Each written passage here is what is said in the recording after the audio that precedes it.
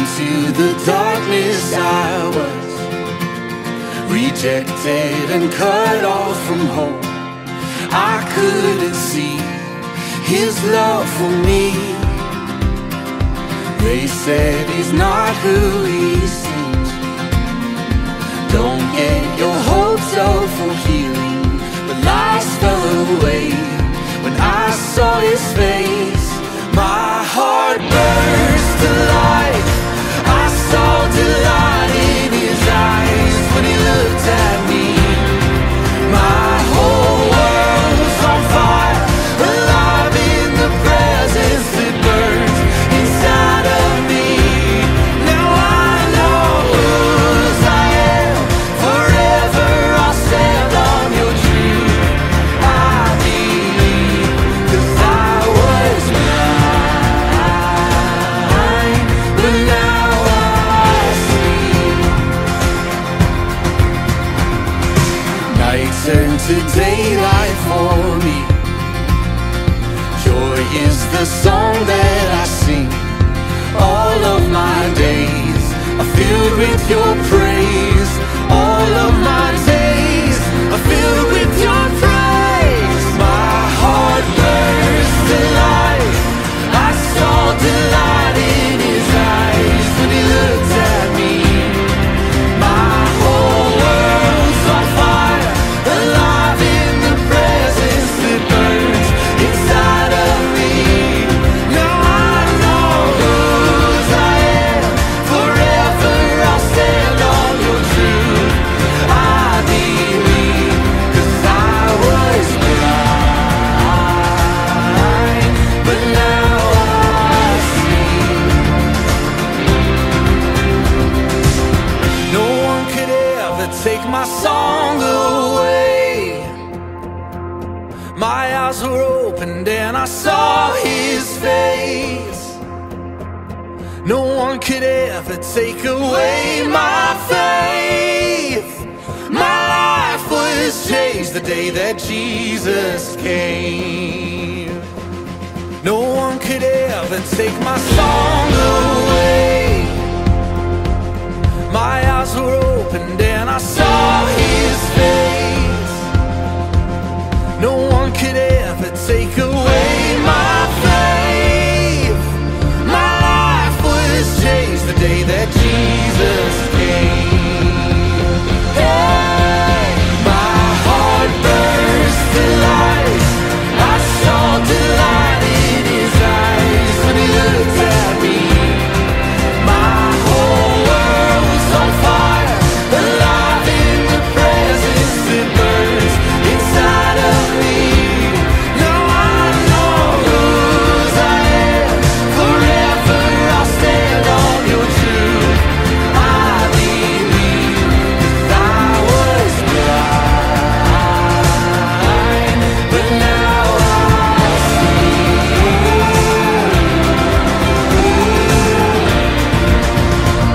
Was blind, but now I see.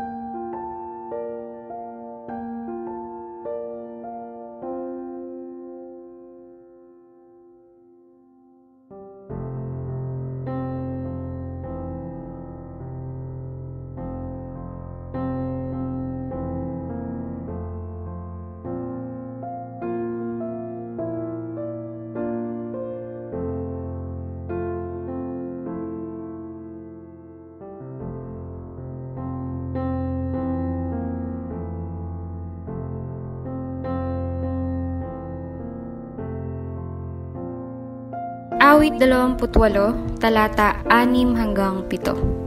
Si Yahweh ay dapat purihin. Dininig niya ang aking mga daing. Si Yahweh ang lakas ko at kalasag. Tiwala ko'y sa Kanya nakalagak. Tinutulungan niya ako at pinasasaya. Sa awiti pinasasalamatan ko siya.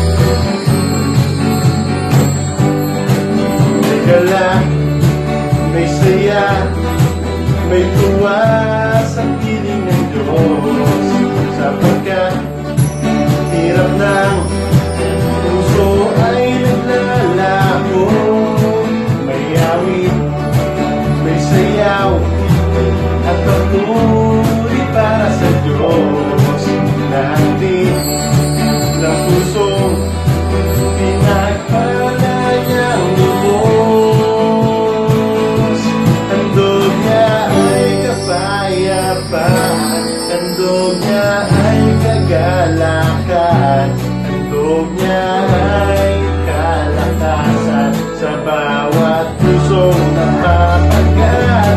Kaya kang awit ng papuri, awit ng pasasalamat, at ang awit ng pagsamba ay para lang sa Kanya.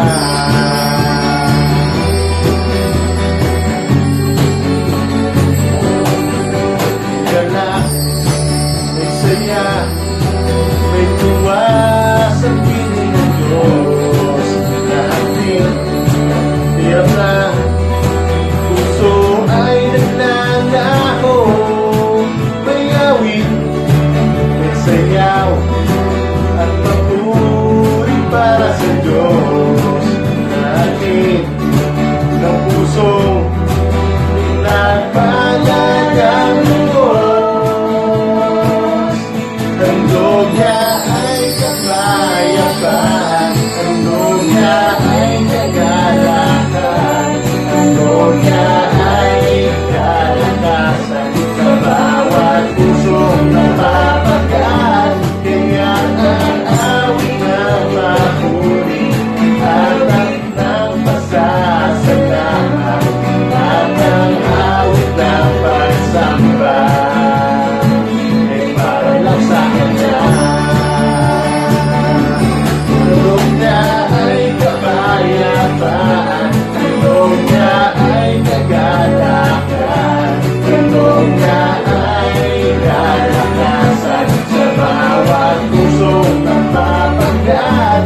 Kaya ang awit ng papuri, awit ng pasasalamat, at ang awit ng pagsamba ay para lang sa Kanya.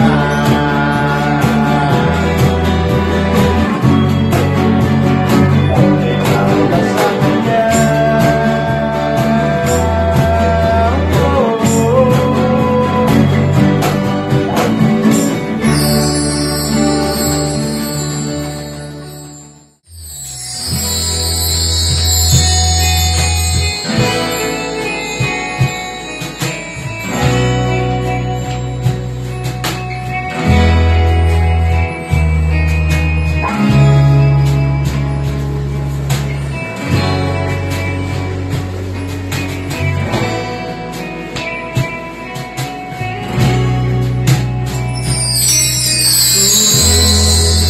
Wala nang gaganda pa sa iyong ngalan, wala nang inamdahin,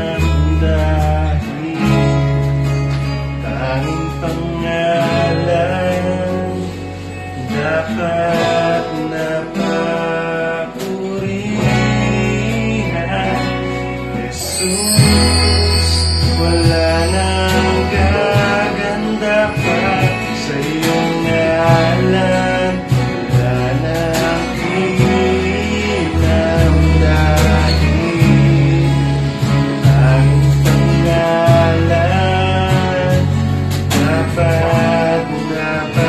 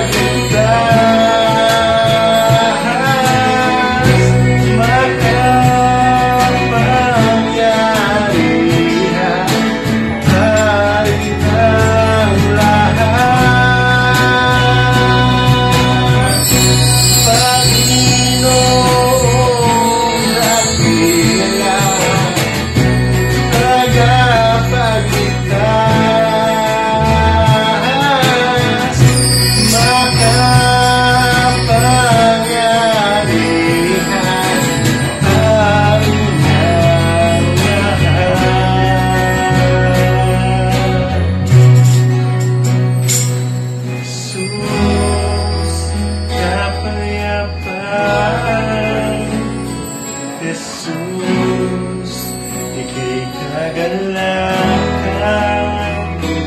Jesus, dalay kaligtasan. Purihin ka, Panginoon. Jesus, kapayapaan. Jesus, ika'y kagalakan. Jesus, dalay kaligtasan. Purihin ka, Panginoong Jesus.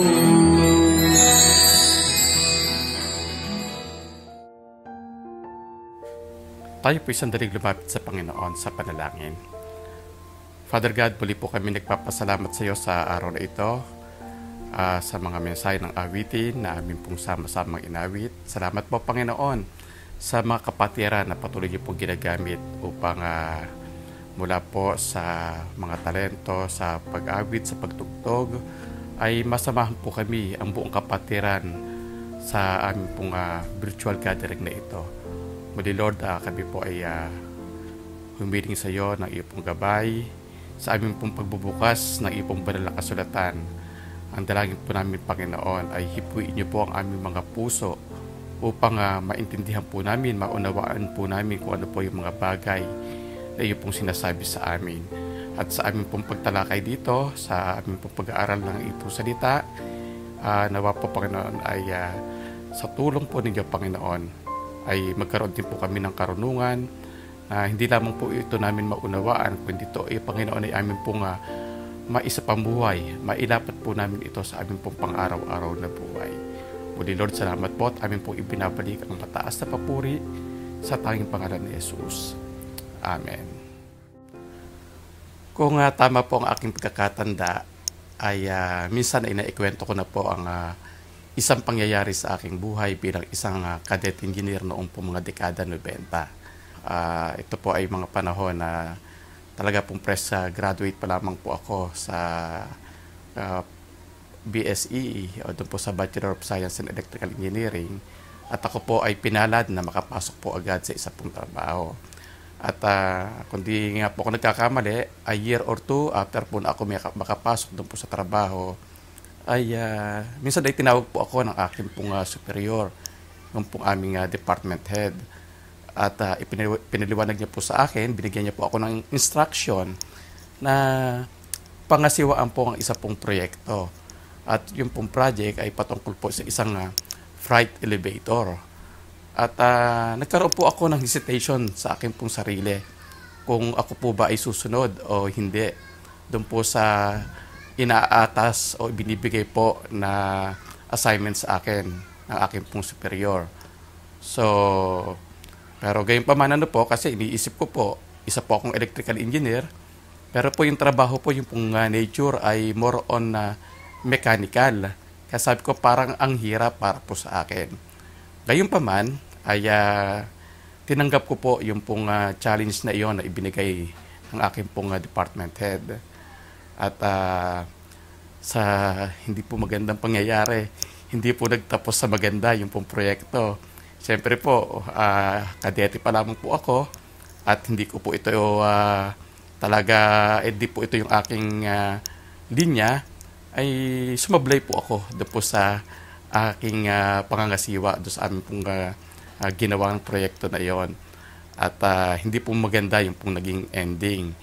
Gayon pa man, ay ang sabi po sa akin ng aking superior, ang ginawa po niya ay isa pong kapamaraanan upang matuto ako ng tamang pagpapasya sa larangan po ng engineering. At makalipas, nung una po ay talaga pong masama ang loob ko po sa naging kaganapan na yon. Pero later on ay ito po ay nakita ko po na isa pong blessing para po sa akin. Sapagkat mula po roon ay napakarami pong lesson akong natutunan, at yung pong tamang pagpapasya ay yung pong abilidad sa pagpapasya ay na-develop po sa akin. At tayo naman po bilang mga magulang, tiyak naman po ako na naisin ng halos lahat sa atin na makita pong lumaki ang ating pong mga anak na pawang mga masunurin. Ako po, sumunod po ako doon sa aking pong boss. It ends up in a disaster. Pero tayo po bilang mga magulang, ito rin po ang gusto po natin, diba? Ang makita po natin ang ating mga anak na lumalaking masunurin. Nang sa gayon po ay hindi po sila magkaroon ng disaster sa kanilang pong buhay, sa kanilang pong paglaki. Kaya nga po habang mga bata pa ang ating mga anak, ay tinuturuan na po natin sila ng pagiging masunurin. At alam po ba niyo na gayon din naman po ang Diyos. Bilang ama po natin ay nais din po niyang makita na tayo ay pawang nagiging masunurin sa kanyang mga kagustuhan. Ito po yung gusto po ni Lord sa ating mga buhay bilang ating pong ama po. At may mga pagkakataon po na ginagawa at hinahayaan po ng Diyos na maging ang mga mabibigat na kaganapan ay ating pong maranasan upang masubukan po ang ating pagsunod sa Kanya. Yung bang tipo na sa ating pong pagsunod sa Diyos ay dinadala niya tayo sa panganib sa halip po na sa kapayapaan. Minsan iyon po yung ating pakiramdam na Lord, bakit parang panganib itong aking pinatutunguhan? Sumusunod naman ako sa iyo. Ngunit sa likod pala niyon ay yung pong magandang plano ng Diyos na maaring hindi po natin agarang nakikita. Tunghayan po natin ang sinasabi po sa Hebreo 11, mga talatang 17 hanggang 19. Hebreo 11, talata 17 hanggang 19. Nang subukin ng Diyos si Abraham, pananampalataya din ang nag-udyok sa kanya na ialay si Isaac bilang handog sa Diyos. Buong puso niyang inihandog ang kaisa-isa niyang anak, gayong ipinangako sa kanya ng Diyos na kay Isaac magmumula ang magiging lahi niya. Naniwala siya na kaya ng Diyos na bumuhay ng patay, kaya't sa patalinghagang pangungusap, na ibalik nga sa kanya si Isaac mula sa mga patay.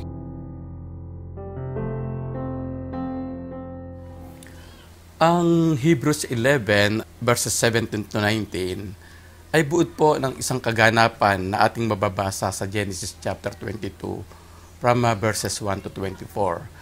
Para po sa akin, masasabi ko po na ang salaysay na ito patungkol sa paghahandog ni Abraham sa kanya pong anak na si Isaac ay isa pong pinaka-exciting, isa po sa pinaka-most exciting na pangyayari na naitala doon po sa Lumang Tipan.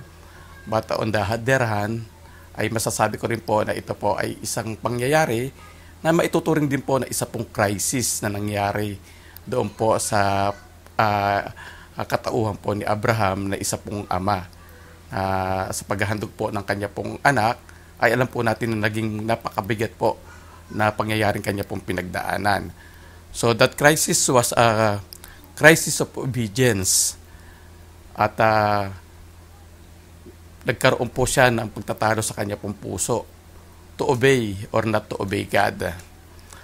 Ang pagkakasilang po ni Isaac ay naging daan sa ginawang pagsubok ng Diyos kay Abraham, sa pagpapahalaga, sa naging tugon, at ibinunga po nitong pagpapala sa kanya pong buhay.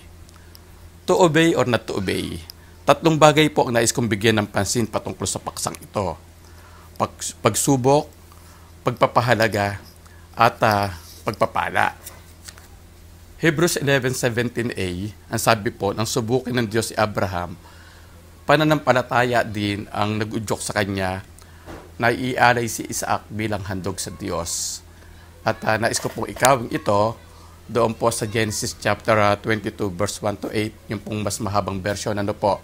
Ang sabi po rito, pagkalipas ng ilang panahon, sinubok ng Diyos si Abraham, tinawag siya ng Diyos at tumugon naman siya. Sinabi sa kanya, isama mo ang pinakamamahal mong anak na si Isaac at magpunta kayo sa lupain ng Moriah. Umakyat kayo sa bundok na ituturo ko sa iyo at ihandog mo siya sa akin. So kinabukasan, maagang bumangon si Abraham at sumakay sa asno, kasama si Isaac at ang dalawang aliping lalaki. Mayroon silang dalang kahoy na panggatong. At matapos ang 3 araw na paglalakbay, natanong nila ang dakong kanilang patutunguhan. Kaya't sinabi ni Abraham sa kanyang mga alipin, bantayan na ninyo rito ang asno at kami na lamang ni Isaac ang magtutuloy. Sasamba lamang kami sa dako roon at babalikan namin kayo. Ipinapasan ni Abraham kay Isaac ang kahoy na panggatong Dala naman niya ang apoy at patalim at magkasama silang lumakad.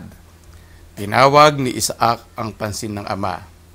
Ama, ano yun anak? Tugon na patanong ni Abraham. Mayroon na tayong apoy at panggatong. Ngunit nasaan ang korderong ihahandog? Tanong ni Isaac. At sumagot si Abraham, Anak, ang Diyos ang magbibigay niyon sa atin. Kaya't nagpatuloy sila sa paglakad. Sa ating pong pagbabalik tanaw sa naging buhay po ni Abraham, makikita po natin na siya po ay dumanas ng iba't ibang uri ng pagsubok. Tulad din po ng karaniwang tao, pumasa po siya sa iba at bumaksak din po siya sa ilan sa mga pagsubok na kanya pong naranasan. So naging matagumpay po siya sa ilang bagay, ngunit sumablay po siya sa ilang bagay. Sa pagkakataon po na ito, sinubok po ng Diyos si Abraham sa pamamagitan po ni Isaac. Yun po ay upang siya po ay maging matatag at magamit na pagpapala para sa iba. Maaring karamihan po sa atin ay mayroon pong mga kwento ng tagumpay, mga success po sa buhay, Ngunit hindi rin po natin maikakaila na marami rin po sa atin ang nakaranas po ng mga failures o mga pagsubok na hindi po natin napagtagumpayan. So sa anumang mga bagay na ating pong pinagdaanan, mga kapatid, palagi po natin pakatatandaan na hindi po tayo isinasantabi ng ating Panginoon. Hindi po tayo isinasidetrack ng ating pong Panginoon. Ang ating pong paglilingkod sa Panginoon ay hindi dapat matapos dahil lamang po sa ilang pagsubok na ating pong pinagdaanan sa buhay. Yung po bang susuko na tayo, pagka tayo po ay pakiramdam po natin, ay parang iniwanan po tayo ng Diyos, pinabayaan po tayo ng Diyos. Sa halip po, sa mga ganun po mga pagkakataon, tandaan po natin na yung po mga pagsubok na dumadating po sa atin ay ina-allowed. Ginagamit po ito ng Diyos upang siya po ay ating maitaas at ganyan din naman po ay itaas din po niya ang spiritual level ng bawat isa sa atin. He will do the same for us. Ganun din po ang gagawin niya po sa atin. Katulad po ng ginawa po niya kay Abraham sa pagiling po niya na ihandog ang kanya pong anak na si Isaac. Every test God brings into our life is an opportunity for us to shine and advance to another spiritual grade level. Ito po ay ginagamit ni Lord upang tayo po ay humakbang ng pasulong pataas ng antas ng ating level sa ating spiritual life, mga kapatid. Even if spiritual tests are difficult, kahit po anong hirap po ng pinagdaraanan po natin ng mga tests, tandaan po natin, they have a wonderful purpose in our life to make us more like Christ. Again, to make us more like Christ so the world can see God's greatness revealed in our lives. Paano nga po ba nakikita ng isang pako ang kahalagahan ng martilyo? Maaring sa paningin po ng isang pako, ang hammer o ang isang martilyo ay isa pong mapanakit na instrumento. Bakit po? Nakadesenyo po kasi ang martilyo para ihataw sa ulo ng pako. At hindi nga ba po ba't sa bawat hataw ng martilyo sa isang pako, ano po ba ang nangyayari sa pako? Siya po ay lalong kumakapit doon po sa bagay kung saan po siya ginagamit. Doon sa bagay kung saan po siya binabaon. Para po sa pako, ang martilyo ay mapanakit. Ngunit ang totoo po, kung wala po ang martilyo, nawawalan po ng saysay, nawawalan po ng gamit yung pong pako. Yes, without the hammer, the nail would not be effective and it will not be able to serve His purpose. And we can say, na ganyan din yung mga pagsubok na dumarating po sa ating buhay, yung po mga challenges na dumarating po sa ating pong buhay, katulad po ito ng isa pong hammer, na siya pong mas lalo pong nagpapatibay sa atin sa pamamagitan po ng mga challenges na ating pong pinagdaraanan na ina-allowed po ni Lord. ito po yung nagiging kapamaraanan upang mas lalo pong lumalim ang ating pananampalataya sa Kanya. Tayo po ba ay katulad ng isang pako na nasasaktan sa kada hampas ng mga pagsubok sa buhay? Yes, masakit po. Pakiramdam mo ba ay parang hindi mo na kaya ang darating pang mga challenges sa iyong buhay? Sadyang mahirap paniwalaan. Ngunit isang katotohanan na batid po ng Diyos na ang lahat ng Kanyang ginagawa sa ating mga buhay, alam po niya lahat ito. At alam din po ni Lord kung hanggang saan pong ating kakayahan, kung ano po yung ating breaking point o hangganan ng ating kakayahang tumanggap ng pagsubok. Ang hammering process na Kanya pong ginagawa sa atin, inaalaw niyo po ito upang tayo po ay patuloy na mahubog at hindi po upang tayo po ay sirain. Sinubok po ng Diyos si Abraham sa pamamagitan po ni Isaac upang magkaroon siya ng pagkakataon na maipakita ang kanyang tunay na karakter sa Diyos.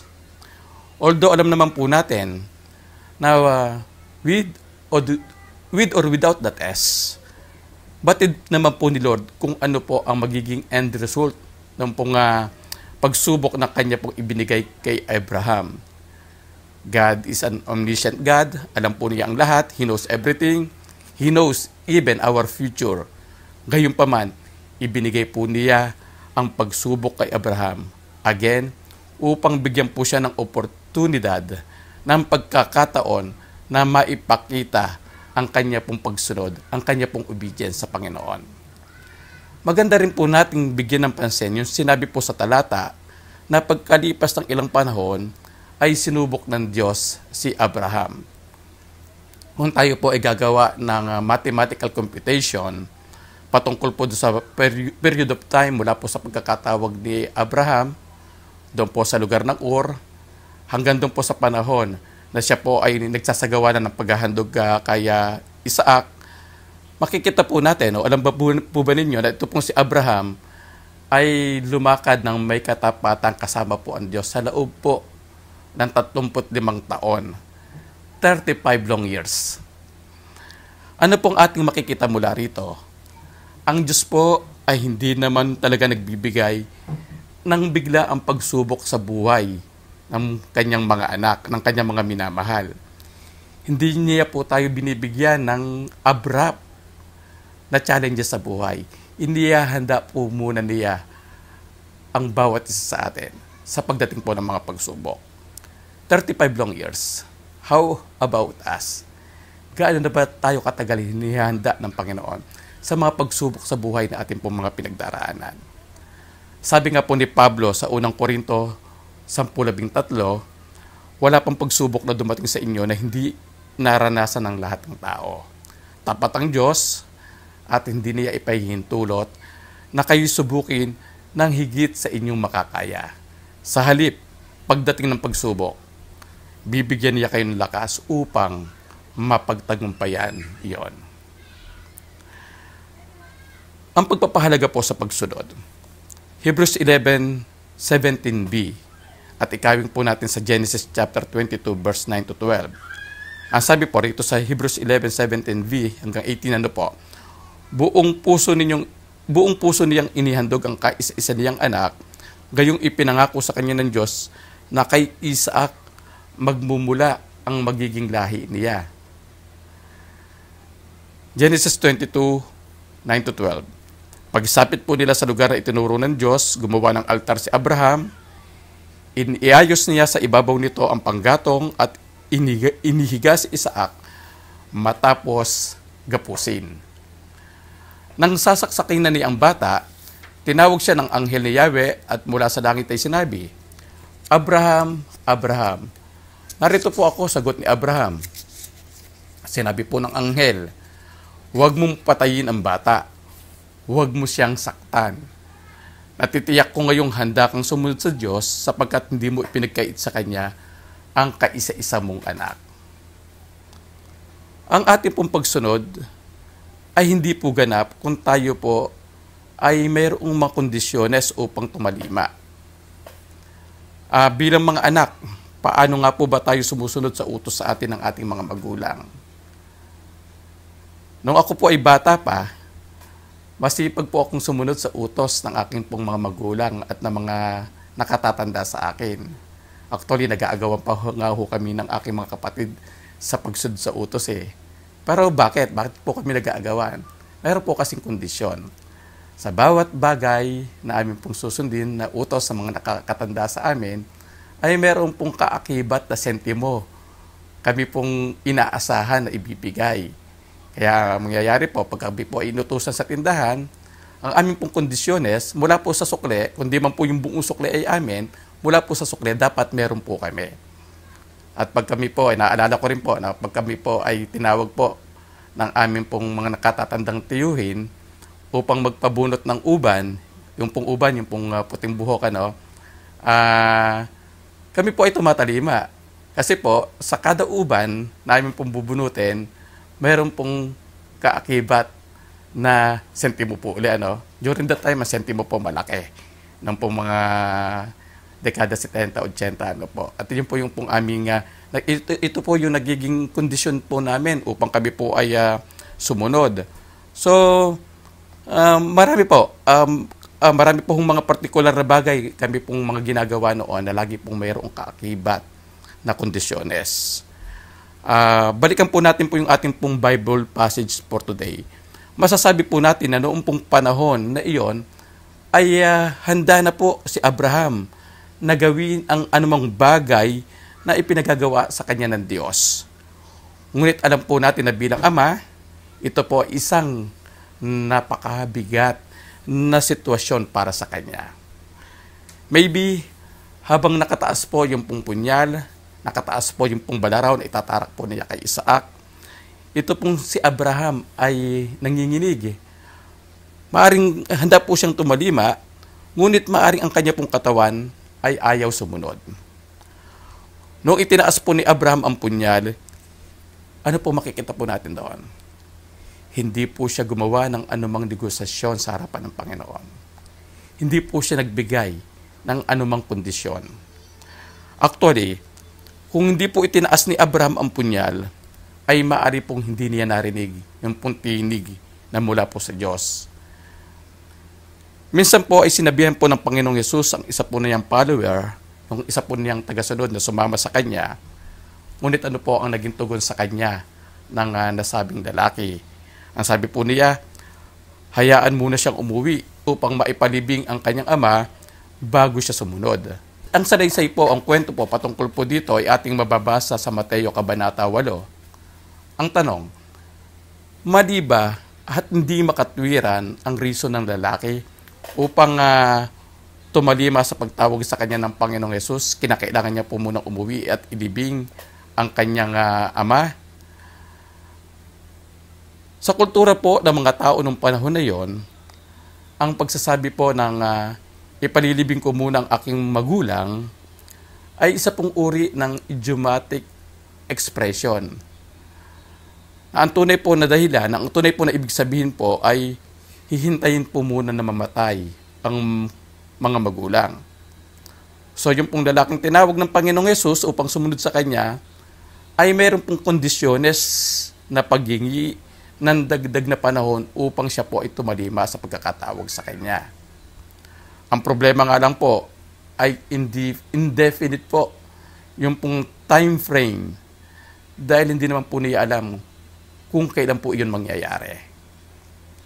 Kaibigan, kapatid, tiyak naman po ako na sa ating pong patuloy na pakikipag-usap kay Lord, sa ating pong mga personal devotion, ay nakakatanggap po tayo sa Kanya ng mga partikular na utos. Utos na magkakaiba po harap po sa atin. Iba po yung utos sa akin, iba po yung utos sa inyo. Individually po ay mayroon po siyang sinasabi sa bawat isa sa atin. Ang tanong po ay kung paano ba tayo tumatalima sa Kanya pong ipinag-uutos. Tayo po ba ay nag-o-obey o tayo po ay nagdi-disobey? Tayo po ba ay nagbibigay muna ng kondisyones bago tumalima? Ang ating pong pagsunod ay hindi ganap kung tayo po ay walang kooperasyon o napipilitan lamang. Looking at Isaac, kung titignan po natin si Isaac sa kwentong ito, hindi po magagawa ni Abraham ang paghahandog sa kanya kung walang pagsang-ayon mula po mismo kay Isaac. Bilang mas nakababata, si Isaac po ay mas maliksi, mas malakas kaysa kay Abraham.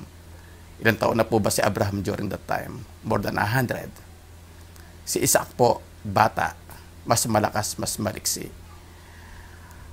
Maaring nung mapansin po ni Isaac na siya po pala ay gagawing handog sa altar, masasabi po natin na kayang-kaya po niyang labanan. Kayang-kaya po niyang magpumiglas upang hindi po matuloy yung pong gagawin sa kanyang paghahandog ni Abraham. Ngunit siya po ay madaling naigapos, madali po siyang naihiga doon po sa dambana, doon po sa altar. Wala pong pupumiglas na nangyari. Walang namagitang resistance mula po sa nakababatang si Isaac. He decided to obey his father, whatever the cost. Just as his father Abraham had decided to obey, whatever the cost. The question is, are we willing to obey God, whatever it costs us? Mga kapatid, paano po ba natin pinapahalagahan ang ating pagsunod sa Diyos? Yes, may mga pagkakataon po na ang pinaka-ultimong pagsubok na atin pong nararanasan o binibigay po sa atin ni Lord ay yung pong pinakamahalagang bagay na nasa atin. May mga pagkakataon po na ipinagagawa sa atin ng Diyos ay yung pong mga bagay na sa tingin po ng ibang tao ay kahangalan at katawa-tawa. Pero yun po yung ibinibigay sa atin ni Lord. Handa ba tayo na magsakripisyong sumunod sa lahat ng aspeto ng ating buhay? Whatever it costs us. May mga mahalagang bagay po ba sa iyong buhay na pakiramdam mo ay nanganganib mawala sa iyo anumang oras mula ngayon? Trabaho, pangarap, kaibigan, pananalapi, at iba pang mga bagay. Huwag po nating hayaang kunin ito ng Diyos mula sa atin. Sa halip, ibigay po natin ito sa Kanya hanggat ang mga bagay na ito ay nasa ating pang mga kamay. Kung hinihingi po ito ni Lord sa atin, ibigay po natin. Huwag po nating hayaang kuhanin sa atin ni Lord. Kundi mula po sa ating mga puso, bukas palad po natin itong handog sa ating Panginoon. Ang ating pong pagsunod ay hindi rin po ganap kung mas pinahalagaan po natin ang ibang tao kaysa Diyos. Nais naman po talaga ni Lord na tayo po ay magpalaliman ng relasyon sa isa't isa. Kaya nga po na andyan po yung 2 Timothy chapter 2 verse 2, di ba? Na ang layunin po ay for us to make disciples, who can make disciples, who can make disciples, who can make disciples. But sometimes po, yung pong naisin natin na makapag-disciple po ng mga bagong mananampalataya ay nagsisilbi rin pong life traps o mga patibong sa ating pong buhay. Yung bang sa halip na tayo po ang makapag-disciple ng ibang tao, ay tayo pa po ang kanila pong nai-impluwensyahan. Mga kapatid, kung nais po natin na maging matapat na tagasunod ng Panginoong Hesus, dapat po nating tanggalin ang anumang balakid na nagiging pabigat sa ating pagsunod sa Kanya. Yes, may mga pagkakataon po na kinakailangan po nating mag-eliminate even po ng ilang tao na malalapit po sa atin upang tayo po ay makapamuhay ng may kabanalan. Mag-eliminate ng mga taong mahalaga sa atin upang sa gayon tayo po ay makapamuhay ng may kabanalan at may pagsunod po sa ating Diyos. Kapatid, kaibigan, kung batid mo sa iyong sarili na hindi mo kayang impluwensyahan ng godly behavior ang isang particular na tao, yung pong partikular na bad influence person na malapit sa iyo, mas mainam pa na huwag ka nalang makitungo sa kanya kaysa ikaw ang kanyang maimpluwensyahan. Minsan po ay may isang lalaki ang naglalakad po sa isang makipot na daan. At sa kanya pong paglalakad, di po niya alintana ang kanya pong dinaraanan. Bigla po siyang nadulas at nahulog sa isa pong talampas. At sa kanya pong pagkakahulog, ay siya po ay napakapit sa isa pong sanga ng isa pong punong kahoy na tumubo doon po sa gilid ng talampas. At sa kanya pong pagkakasabit doon, hirap na hirap po siya. Sumisigaw po siya, sabi niya sa kanya pong pagsigaw, "May tao ba dyan sa itaas? May tao ba dyan sa itaas?" Maya-maya po ay mayroong sumagot, "Oo, naririto ako." Ang sabi po ng lalaki, "Maaari bang malaman kung sino ka?" Sumagot po ang tinig. Ang sabi po ng tinig, "Ako ito, ang iyong Panginoong Yesus." "Panginoong Yesus, pwede mo ba akong tulungan sa pagkakahulog ko rito dito sa aking kinalalagyan? Hirap na ako rito sa pagkakakapit ko sa sanga ng punong kahoy. Nagtitiwala ka ba sa akin?" Ang sabi ng tinig, "Opo, Panginoon, nagtitiwala ako sa iyo ng lubos." "Mabuti naman kung ganon. Sige, bumitaw ka na sa iyong pagkakakapit sa sanga." "Ha? Ano po iyon, Panginoon?" Ang sabi ko, "Bumitaw ka na sa pagkakakapit sa sangang iyong kinakapitan." Matapos po ang matagal na katahimikan, nagkaroon po ng period of silence. Maya-maya po, ang sabi po ng lalaki, "Mayroon bang ibang tao dyan sa itaas?"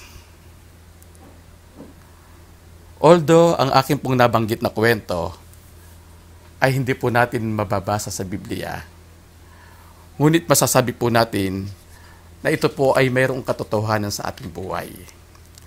Ang sabi po ni Lord sa atin, "Lumapit kayo sa akin, kayong mga nangapapagal at nabibigatang loob." Ngunit kapag narinig na natin ang kanyang instruction, tayo po ay nananahimik. Ang ginagawa po natin, naghahanap po tayo ng ibang tao na mas pahalagahan natin ang ibibigay na opinyon. Mga kaibigan, mga kapatid, isa pong katotohanan ng ating pong pang-araw-araw na buhay ay nakatindig o nakasalalay sa mga taong nakapaligid sa atin at sa mga bagay na ating tinatamasa. Ito po yung ating kabiyak, ating asawa, mga anak, kaibigan, trabaho, libangan, mga ari-arian at mga pangarap sa hinaharap. Nagsisilbi po ang mga ito bilang pundasyon, bilang poste, bilang haligi ng ating pong buhay. At kapag inalis ang isa sa mga ito, ang pakiramdam po natin o ang pakiramdam po ng karamihan ay bumagsak na o nag-collapse na ang lahat para sa kanila. Ngunit may mga pagkakataon na ang Diyos po mismo ang nagsasabi sa atin ng let it go. Bitawan mo na ito. Kung tayo po kaya ang malagay sa isa pong sitwasyon na may matagal na pong hinihingi sa Diyos, dumating na ito sa iyo, ngunit bigla din itong hiningi ni Lord sa iyo, ano kaya ang mararamdaman mo? Bibitawan mo ba ang anumang hawak mo upang sundin ang Panginoon? O iiwanan mo ang Panginoon? Ang pagpapala na kaakibat ng ating pagsunod. Ang sabi po sa Hebrews 11 verse 19, naniwala siya na kaya ng Diyos na bumuhay ng patay, kaya't sa patalinghagang pangungusap na ibalik nga sa kanya si Isaac mula sa mga patay. Kapag ang Diyos po ay nagbigay ng pagsubok, at tayo naman po ay gumawa ng pagpapahalaga o tamang pagtalima, siya rin po ay nagbibigay ng pagpapala. Anumang bagay na ating ibinigay sa Diyos, ating pong hinihandog para po sa Diyos, for sure, ay Kanya rin naman pong papalitan ng mga bagay na mas valuable sa atin. Pinagpapala po tayo ng Diyos sa pamamagitan po ng pagkakaloob ng mga bagay na nais po niyang hingin sa atin. Dito po sa Genesis chapter 22 verse 13 to 14, ang sabi po rito, paglingon niya may nakita siyang isang lalaking tupa na ang mga sungay ay napasabit sa mga sanga ng kahoy. Ito ang kinuha ni Abraham at inihandog sa halip na ang kanyang anak. Kaya't ang lugar po na yun ay tinawag ni Abraham na si Yahweh ang nagkaloob. At magpahanggang ngayon, sinasabi ng mga tao sa bundok ni Yahweh ay mayroong nakalaan. Again, ano po? Ang hiningi po ni Lord kay Abraham ay ang kanya pong mismong anak na si Isaac. Natiyak po tayong sa kanya pong pananaw noong mga time na iyon ay kasagutan na ng pangako sa kanya ng Diyos na pagpapala po ng maraming anak na pagmumulan naman ng maraming bansa. Buhay po na pinangarap na supling ang katapat po ng pagsunod. Yun po yung cost ng obedience. Yung pong life ni Isaac. Buhay na pangarap. Ngunit nung gagawin na po niya, yung pong paghahandog, ano pong nangyari? Pinigilan po siya ng anghel ng Diyos. At nang siya po ay dumingon, ano po ang kanyang nakita?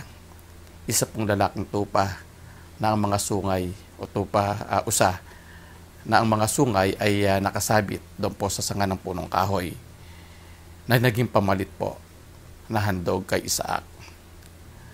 Kapatid, anong pinakamahalagang bagay sa iyong buhay ang sa tingin mo ay hinihingi ni Lord sa iyo? Tandaan po natin na sa ating pong gagawing pagtalima ng pagbibigay ng kanyang hiningi sa atin ay mayroon pong higit na pagpapalang nag-aantay sa atin. Ito po ay may katotohanan maging sa mga material possession na ating pong mga pinangahawakan na madalas din pong sumusubok sa ating pananampalataya sa Panginoon. Yung pong sa ating pagbibigay para po kay Lord. Diyan po tayo madalas na susubok. Ano po? Ayon nga po sa Kawikaan 3:9-10, parangalan mo si Yahweh sa pamamagitan ng iyong mga kayamanan at mula sa iyong mga pinakamainam na ani, siya rin ay iyong handugan. Sa gayon, kamalig mo ay lagi nang aapaw. Sisidla ng inumin ay hindi nga matutuyuan. Mga kapatid, mga kaibigan, sa maraming aspeto ng buhay, na andyan ang mga challenges. Ngunit anong makikita po natin na katotohanan dito po sa talatang ating tinutunghayan? Nasa ating pong pagtalima sa pagbibigay sa Diyos ng anumang mga bagay na ating tinatamasa. Anumang mga bagay na nasa atin. Ito man ay oras, kakayahan o talento, pananalapi, material na bagay. Kung ito ay ating gagawin sa Diyos, ibabalik rin ito sa atin. At again, hindi natin kayang i-outgive ang Diyos.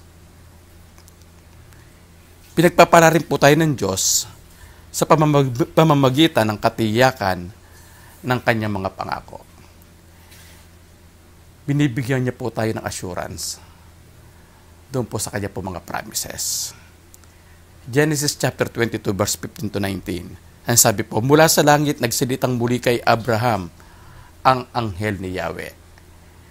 Ako'y nangangako sa pamamagitan ng aking pangalan, Yahweh, sapagkat hindi mo ipinagkait sa akin ang kaisa-isa mong anak, pagpapalain kita. Ang lahi mo'y magiging sindami ng bituin sa langit at ng buhangin sa dagat. Sasakupin nila ang mga lungsod ng kanilang mga kaaway.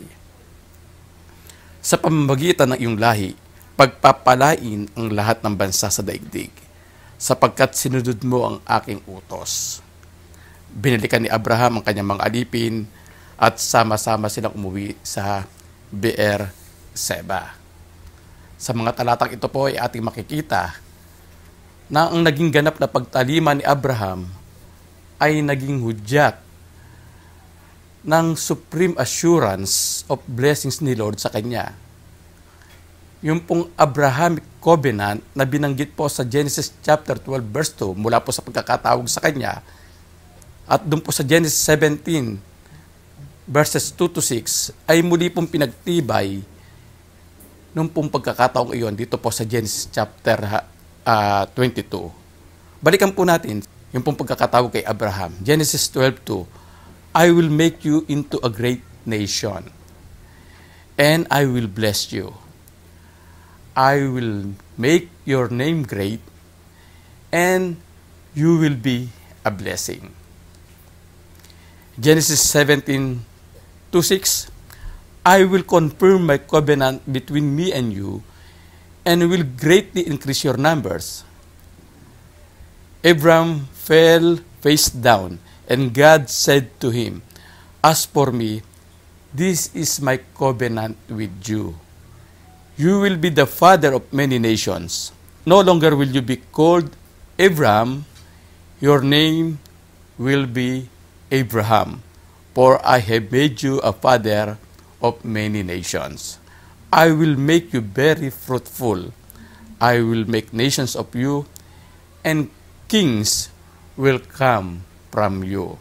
Yung pong promise kay Abraham na ibinigay po sa Genesis chapter 12, binigyang pansin muli po doon po sa chapter 17, dito po sa chapter 22, pinagtibay po ito ng Diyos sa kanya. Na in effect ay para pong sinasabi ni Lord kay Abraham na ganito ano po, well done, good and faithful servant. Enter into the joy of your master. Pinagpapala rin po tayo ng Diyos upang maging pagpapala sa iba at pagbibigay po ng ating pangangailangan even sa ating pong hinaharap. Ang sabi po sa Genesis 22 verse 20 to 24, hindi nagtagal, nabalitaan ni Abraham na si Milka, ang asawa ng kanyang kapatid na si Nahor, ay nagkaroon din ng mga anak na lalaki.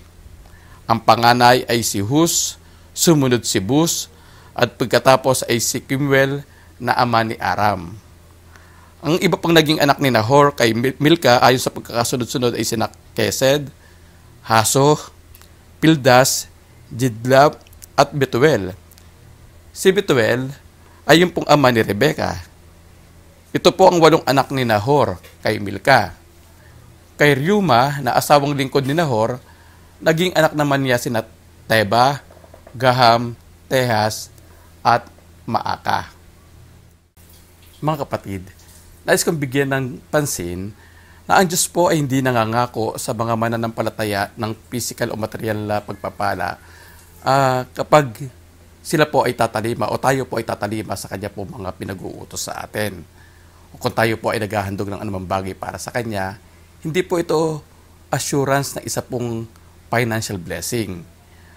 Sa halip, tayo po sa panahon po, sa time po na tayo po ay naghahandog sa Diyos, binibigyan po niya tayo ng pagkakataon na mas maging malapit po sa Kanya at maiparanas naman niya sa atin ang kakaiba po niyang pagpapala sa atin. So again, ano po mga kapatid, huwag po natin gagawin parang agimat o anting-anting yung pong paghahandog natin kay Lord na tayo po ay aasa ng financial blessing mula po sa Kanya. Wala pong ganong direktang pangako ang Panginoon. Sa halip, ano po, again, ano po, ang Kanya pong sa ating pong paghahandog sa Diyos, tayo po ay binibigyan niya ng pagkakataon na mas maging malapit sa Kanya, nang sa gayon naman po ay maiparanas niya sa atin ang kakaiba po niyang pagpapala sa atin. Ang ating pong narrative story ay nagkaroon po ng magandang ending. Si Nahor po, na kapatid po ni Abraham, ay nabiyayaan ng maraming anak, 12 anakan po, lalaking mga anak, sapagkat siya po ay bahagi po ng lahi po nitong si Abraham. Si Abraham po, again na po, nagkaroon ng 12 anak na lalaki na pinagmulan po ng 12 Aramean tribes kung saan naman po nagmula yung pong future bride ni Isaac na si Rebecca. Batid po ni Abraham na hindi dapat makapangasawa si Isaac ng isa pong Canaanite. Kahit bahagi po ng pagpaparang natanggap po ni Abraham ay yung pong ginawang paghahanda ni Lord ng babaeng mapapangasawa ni Isaac. This is also a reminder for us today na kung tayo po ay ganap na tatalima sa naisin ng Diyos sa ating buhay, siya po ay nakatingin sa ating mga hinaharap. God is already taking care not only of our future needs, but also of the needs of our children. To obey or not to obey.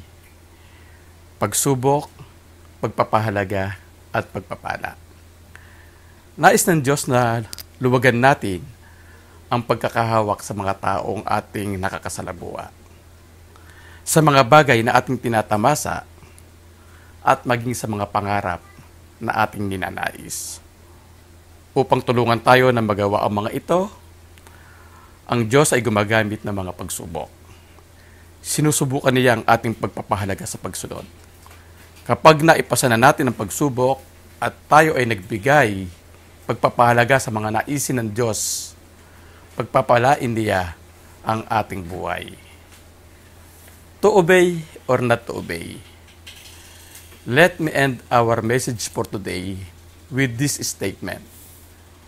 Obeying man and desires for superficial things rather than God are life traps that we should always avoid. Let us always obey God, whatever it costs us. Magandang umaga po, mga kapatid. The blessings of God, power, provision, and protection be always upon you. In the name of the Father, of the Son, and of the Holy Spirit. Amen.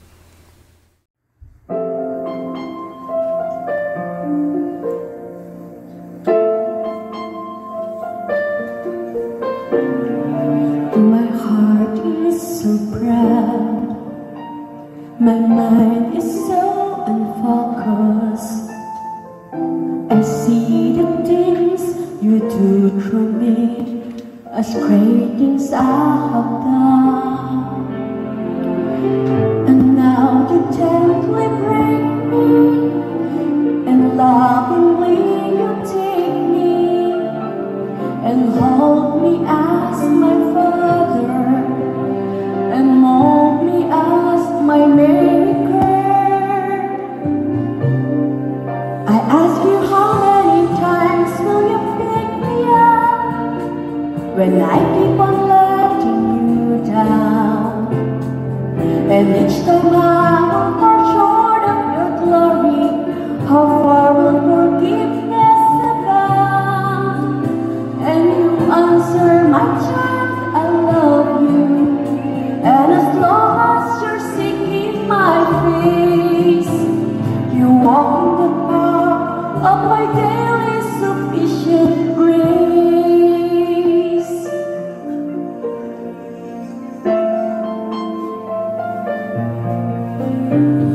At times I may grow weak and feel a bit discouraged, knowing that someone somewhere could do a better job.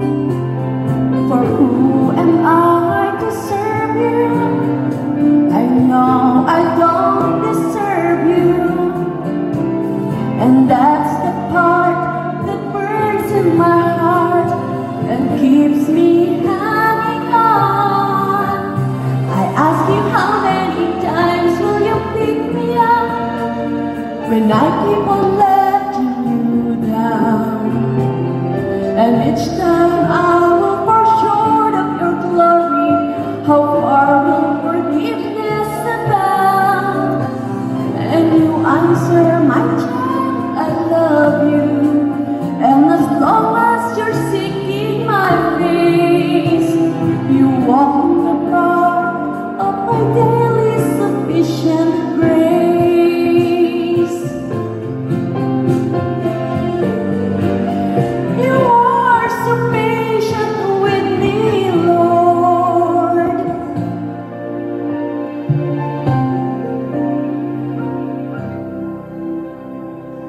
As I walk with you, I'm learning what your grace really means.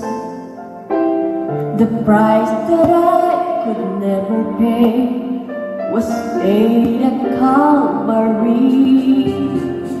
So instead of trying to repay you, I'm learning to simply obey you by giving up my life to you for all that you've given to me. I ask you, how many times will you pick me up when I keep on letting you down? And each time I will fall short of your glory, how far will forgiveness abound? And you answer, my child, I love you. And as long as you're seeking my face, you walk in the path of my daily sufficient grace.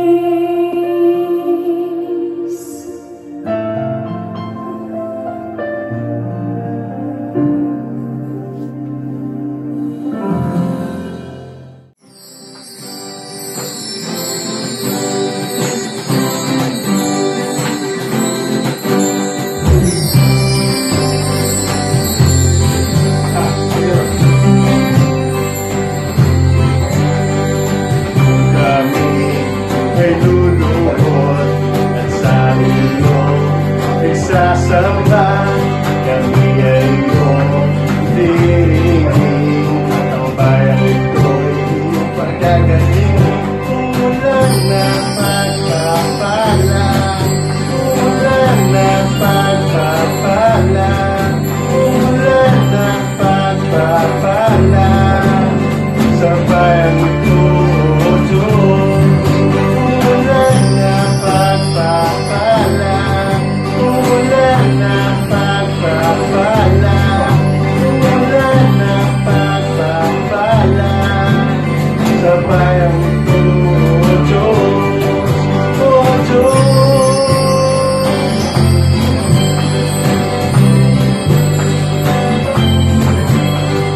Sa iyong kabutihan kami ngayon, iyong bayan at inalagaan, samba sa'yo'y walang hanggan. Ulan ng pagpapala, ulan ng pagpapala, ulan ng pagpapala sa bayang ito, O Diyos. Ulan ng pagpapala, ulan ng pagpapala, ulan ng pagpapala sa bayang ito, O Diyos, O Diyos.